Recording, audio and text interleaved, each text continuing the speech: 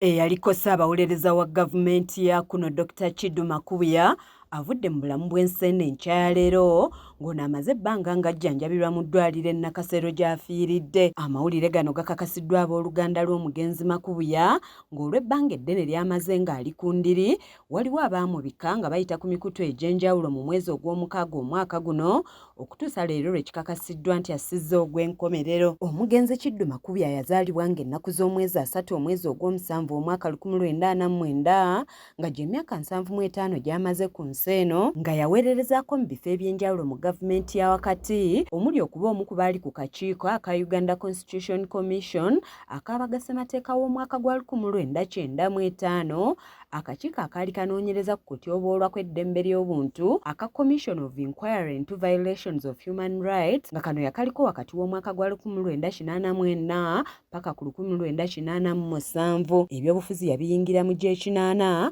nga mu mwaka ogwa 1996 yalondebwa ku kifo ky'omubaka wa Katikamu South Constituency nga yaliko Minisita omubeezi ow'akanyigo k'eruweero, Minisita omubeezi ow'ensonga z'ebweru kw'ossa Minisita w'ebyenjigiriza n'emizannyo. Mu January w'omwaka 2005 yalondebwa nga Minisita w'ebyamateeka era Ssaabawolereza wa gavumenti, ekifo kye yaweererezaamu okutuuka mu Meeyi wa 2011 ng'oluvannyuma Pulezidenti Museveni yamulonda okuba Minisita wa guno na guli mu ofiisi ya Ssaabaminisita nga Kabinenti yaginnyuka mu February owa 2012 oluvannyuma lw'ebigambibwa nti yabulankanya ensimbi za gavumenti nga waafiiridde ng'ebyobufuzi yabinnyuka. Tusaasidde nnyo ab'eŋŋanda n'emikwano olw'okuviibwako omugenzi Kiddu Makubuya. Nze Anet Namatovu ku lwa KSTV agaaleero.